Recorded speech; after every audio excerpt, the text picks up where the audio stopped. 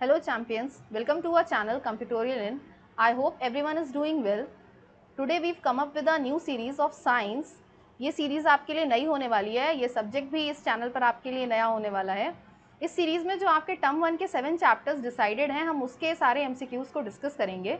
तो पहले पार्ट में हम आपके लेके आए केमिस्ट्री के कुछ बेस्ट MCQs जो कि आपके लिए exam point of view important हो सकते हैं। अगर आप हमारे इसी तरह के वीडियोस को देखना चाहते हैं तो हमें कमेंट सेक्शन में ज़रूर बताइएगा। आपके सजेशंस जो हैं वो हमारे लिए बहुत इंपॉर्टेंट बन जाते हैं। तो चलिए ज़्यादा बातें ना करते हुए बढ़ते हैं हमारे पहले टॉपिक की तरफ। आज का टॉपिक आपके लिए रहेगा केमिस्ट्री का केमिकल रिएक्शंस एंड इक्वेशंस। तो चलते हैं इसके क्वेश्चंस की तरफ।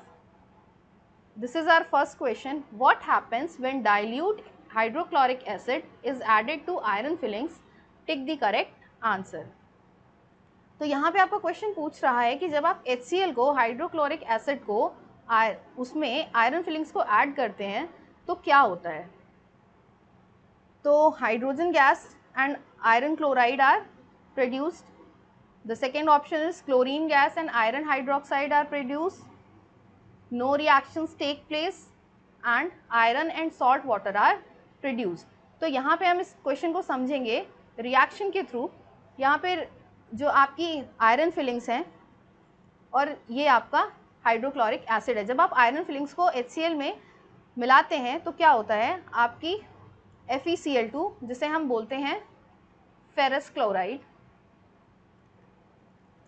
ये फॉर्म होता है और साथ ही में H2 गैस जो है वो रिलीज हो जाती है आपकी गैस के फॉर्म में। तो यहाँ पे आपका आंसर क्या हो जाएगा, your answer is option number A, hydrogen gas and iron chloride are produced. Ferrous chloride को आप आयरन क्लोराइड या आयरन क्लोराइड को फेरस क्लोराइड आप कहते हैं, वो बात एक ही है यहाँ पर। द नेक्स्ट इज, इस क्वेश्चन का आंसर है आपका option number A. Our next question is, below reaction is an example of, आपकी रिएक्शन क्या है, 2Na + Cl2 gives you 2NaCl। तो यहाँ पे आप देख रहे हैं एक रिएक्टेंट, ये हमारा दूसरा रिएक्टेंट और ये जो है आपका फाइनल प्रोडक्ट जो है मिलकर हमें दे रहे हैं। तो जब कभी भी आपके रिएक्टेंट्स ऐड होकर के प्रोडक्ट देते हैं हमारा, तो ऐसी रिएक्शन को हम बोलते हैं कॉम्बिनेशन रिएक्शंस। इसे एक जनरल फॉर्मूले से अगर हम समझें तो अगर आपके पास में A और B दो रिएक्टेंट है तो ये आपको AB प्रोडक्ट दे देंगे।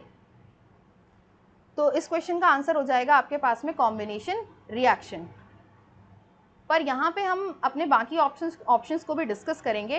पहला ऑप्शन है आपके पास में डिकम्पोजिशन रिएक्शन। डिकम्पोजिशन रिएक्शन की बात कर लें तो ये आपका कॉम्बिनेशन रिएक्शन का ऑपोजिट हो जाता है। यहाँ पे अगर आपके पास में कोई रिएक्टेंट है AB या कोई कंपाउंड है आपके पास में AB, तो जब आप उसे कोई एक्सटर्नल फैक्टर लाइक हीट या एनर्जी कुछ ऐसा प्रोवाइड करके रिएक्ट करवाएंगे तो ये जो है अपने कंस्टिट्यूएंट्स में टूट जाता है। लाइक अगर ये AB था तो ये टूट करके अपने एलिमेंट से टूट करके A और B आपको दे देगा। इसके जो दो कंस्टिट्यूएंट रहेंगे वो ब्रेक हो जाते हैं। When lead nitrate is heated, it breaks into lead monoxide, nitrogen dioxide and oxygen. जब तो इसमें यहाँ पे आप बात कर लेते हैं, ये आपका हो गया लेड नाइट्रेट। जब ये ब्रेक होता है तो ये क्या देता है, ये आपको लेड मोनोऑक्साइड, नाइट्रोजन डाइऑक्साइड और ऑक्सीजन, ये तीन प्रोडक्ट जो है वो आपको देता है। तो ये रिएक्शन जो है वो किस रिएक्शन का टाइप है। तो यहाँ पे आप देख रहे हैं कि ये जो लेड नाइट्रेट है वो अपने तीन कंस्टिट्यूएंट पे टूट गया है, तो इसलिए हम यहाँ पे जो अपना आंसर लगाएंगे वो हम लगाएंगे डिकम्पोजिशन रिएक्शन। अगर आपका जो रिएक्टेंट है वो ब्रेक हो करके तीन कुछ पार्ट्स में बट जा रहा है तो आपका आंसर जो हो जाएगा वहाँ पे, तो ये एक डिकम्पोजिशन रिएक्शन का टाइप है। तो your answer is option number B, decomposition reaction. The next is, the reaction in which two compounds exchange their ions to form a new compound, to form two new compounds is called। तो यहाँ पे वो बोल रहे हैं कि अगर आपके दो कंपाउंड्स, आपकी रिएक्शन में दो कंपाउंड्स जो है वो अपने आयंस को एक्सचेंज करके दो नए कंपाउंड्स बना रहे हैं तो ऐसी रिएक्शन को हम क्या बोलेंगे। तो डिस्प्लेसमेंट में तो आप जानते हैं एक जो रिएक्टेंट होता है वो दूसरे के कंस्टिट्यूएंट को डिस्प्लेस कर देता है। डिकम्पोजिशन में हमने देखा तो इसमें ब्रेक हो जाते हैं। आइसोमराइजेशन की बात कर लेते हैं तो ये रिएक्शन का ऑप्टिकल फॉर्म होता है, जहाँ पे फॉर्मूला तो आपका केमिकल फॉर्मूला सेम होता है बट उनकी मिरर इमेजेस जो हैं वो अलग अलग बनती है। तो ये तो रिएक्शन का ऑप्टिकल फॉर्म हो गया। मेटाथेसिस की बात कर लेते हैं। मेटाथेसिस जो है वो आपका डबल डिकम्पोजिशन का ही एक, डबल डिस्प्लेसमेंट या डबल डिकम्पोजिशन का ही एक जो है वो टाइप हो जाता है। तो इसको भी हम इसी तरह के जनरल फॉर्मूले से डिनोट करते हैं कि यहाँ पे अगर आपके पास में दो reactant A B and C D हैं तो ये आपके ए सी और बी डी जो हैं वो बन जाएंगे। तो इसको कभी कभी हम डबल रिप्लेसमेंट रिएक्शन के नाम से भी जानते हैं। तो यहाँ पे आपके जो दो रिएक्टेंट हैं वो ब्रेक होकर के दो नए प्रोडक्ट आपको देते हैं। तो इसलिए इस रिएक्शन में, मतलब इस क्वेश्चन में हम अपना आंसर लगा देंगे अ मेटाथेसिस रिएक्शन। तो your answer is option number D, metathesis reaction. The next question is, before burning in air, the magnesium ribbon is cleaned by rubbing with a sandpaper tube.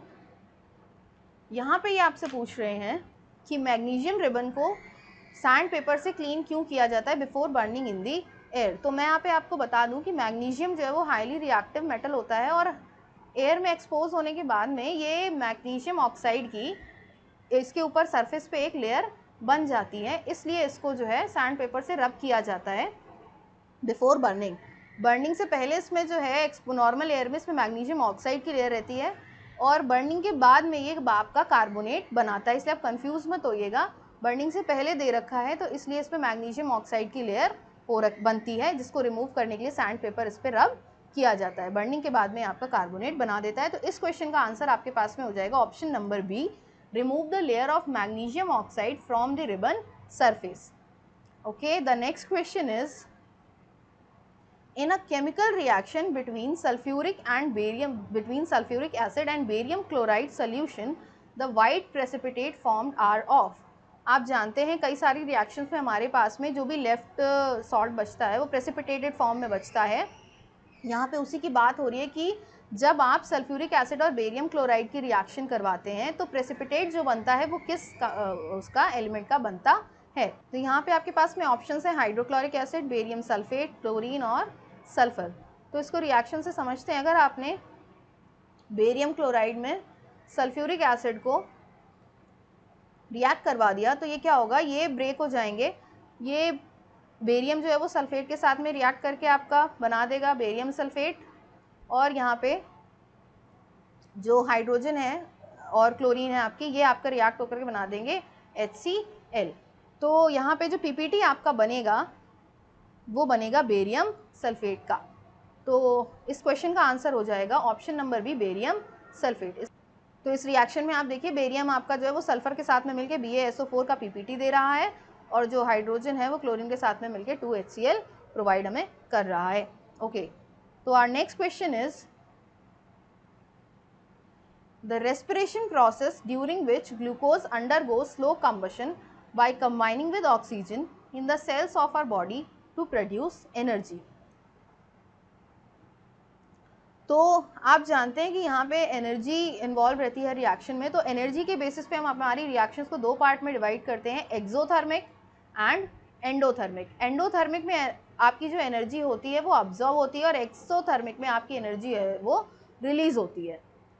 तो यहाँ पे आपसे पूछ रहा है टू प्रोड्यूस एनर्जी यानी कि टू रिलीज एनर्जी। तो यहीं पे आप बता सकते हैं कि आपकी जो रिएक्शन है वो कैसी होगी। ये रिएक्शन चूंकि यहाँ पे एनर्जी रिलीज हो रही है तो ये रिएक्शन आपकी हो जाएगी एक्सोथर्मिक। तो your answer is option number A, exothermic reaction या exothermic process. The next question is, a chemical reaction does not involve formation of new substances having entirely different properties than that of the reactants। तो यहाँ पे new substances तो बनते हैं, तो ये भी हमारा प्रोसेस जो केमिकल रिएक्शन का होता है। Breaking of old chemical bond and formation of new chemical bond, ये भी होता है केमिकल रिएक्शन में। पुराने बॉन्ड्स ब्रेक हो जाते हैं और नए बॉन्ड्स जो हैं वो बनते हैं। Rearrangement of the atoms of reactants to form a new product, atom reactants के एटम जो हैं वो रीअरेंज हो जाते हैं और नए प्रोडक्ट्स बनते हैं, ये भी हमारा केमिकल रिएक्शन में होता है। Next is changing of the atoms of an element into those of another element to form a new product. तो ये यहाँ पे आपसे पूछ रहे हैं क्या एक एलिमेंट के जो एटम है वो चेंज हो जाते हैं नए प्रोडक्ट को बनाने के लिए। तो मतलब इनका कहने का है कि क्या एक्चुअल एलिमेंट में ही एटम्स चेंज हो जाते हैं, तो ऐसा केमिकल रिएक्शन में नहीं होता है। एलिमेंट जो है एटम जो है वो अपने एक्चुअल एलिमेंट में चेंज नहीं होते हैं, तो इसलिए आपका ये ऑप्शन जो है वो गलत हो जाएगा, ये केमिकल रिएक्शन का प्रोसेस नहीं है। तो इस क्वेश्चन का आंसर हो जाएगा option number D, changing of an atom, changing of the atom of an element into those of another element to form the new product. Okay, so your answer is option number D. The next is one of the following process does not involve a chemical reaction. इनमें से किस process में जो है वो chemical reaction नहीं हो रही है? तो एलिमिनेशन मेथड से चलते हैं। राइपनिंग ऑफ बनाना, देखिए केमिकल रिएक्शंस की आप बात करते हैं कि जो है वो इरिवर्सिबल होती हैं, तो राइपनिंग ऑफ बनाना भी जो आपका इरिवर्सिबल रिएक्शन है, यानी कि आप प्रोडक्ट से वापस रिएक्टेंट में नहीं जा सकते हैं। तो राइपनिंग ऑफ बनाना ये आपकी जो है केमिकल रिएक्शन है। Digestion of food in our stomach, ये भी आपकी जो है केमिकल रिएक्शन है। Burning of candle wax when it is heated, तो ये भी आपकी केमिकल रिएक्शन है।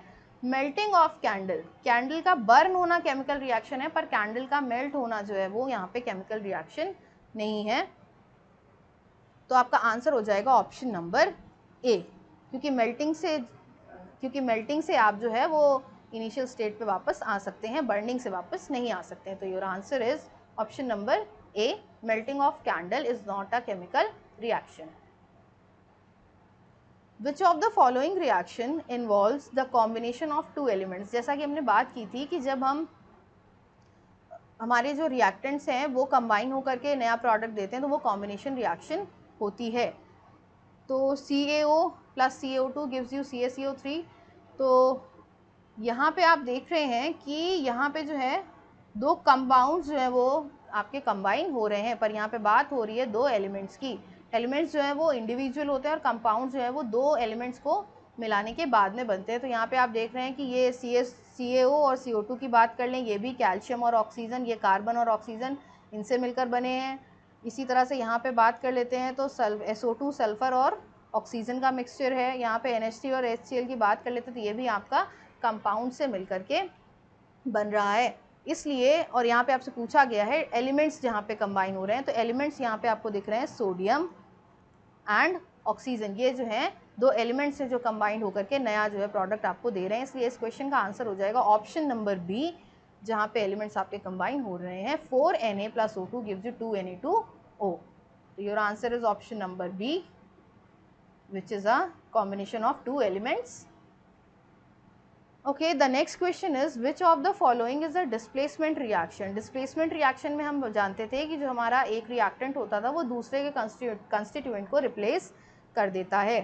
तो यहाँ पे आप देख लीजिए, तो यहाँ तो आपका डबल डिस्प्लेसमेंट हो रहा है कि NaNO3 आपके मिलकर के एक प्रोडक्ट बना रहे हैं और हाइड्रोजन एंड OH आयंस जो हैं वो आपके एक एलिमेंट बना रहे हैं। 2Hg + O2 की बात कर लेते हैं तो यहाँ पे तो मरकरी और जो है ऑक्सीजन आपका जो है HgO बना रहे हैं मिल करके, तो ये तो कॉम्बिनेशन का एग्जाम्पल हो गया। इसी तरह से लास्ट इक्वेशन की बात कर लेते हैं, FeCl3 एंड NaOH जो है वो आपके मिल करके ये भी डबल डिस्प्लेसमेंट रिएक्शन है। FeOH का होल थ्राइस मिल रहे हैं यहाँ पे, और यहाँ पे Na और Cl मिल करके आपको 3NaCl दे रहे हैं। तो यहाँ पे एक ही रिएक्शन आपकी बच जाती है जिसमें कि कॉपर जो है वो AgNO3 में जा रहा है और AgNO3 से Ag को रिप्लेस कर दे रहा है और CuNO3 का होल ट्वाइस जो है वो प्रोडक्ट में बना रहा है। तो यहाँ पे Ag आपका रिप्लेस हो रहा है, यहाँ पे आप देख सकते हैं। इसलिए इस क्वेश्चन का आंसर हो जाएगा ऑप्शन नंबर बी, जहाँ पे डिस्प्लेस कर रहा है कॉपर Ag को, सिल्वर को डिस्प्लेस कर दे रहा है। तो your answer is option number B. Okay, तो this was our last question and ये हमारे कुछ प्लेटफॉर्म्स हैं, Instagram, Facebook, YouTube, Telegram, website, इन सब पे आप हमें फॉलो कर सकते हैं, हमसे कांटेक्ट कर सकते हैं। और अगर आपको ये वीडियो अच्छा लग रहा है तो इसे लाइक कीजिए, शेयर करिए, चैनल को सब्सक्राइब करिए और जो बेल आइकन आपको दे रखा है उसको प्रेस कर दीजिए ताकि आपको जो नए नोटिफिकेशंस हैं हमारे वीडियो के वो टाइम टू टाइम मिलते रहें। अगर आप हमारे इस तरह के वीडियोस को और देखना चाहते हैं, हमें सपोर्ट करते हैं, तो अपने सजेशंस को कमेंट सेक्शन में ज़रूर बताइएगा। चैनल को लाइक, शेयर और सब्सक्राइब करना बिल्कुल मत भूलिएगा और हमारे साथ लास्ट तक का बने रहिएगा जब तक हमारी नेक्स्ट वीडियो नहीं आती है। ओके।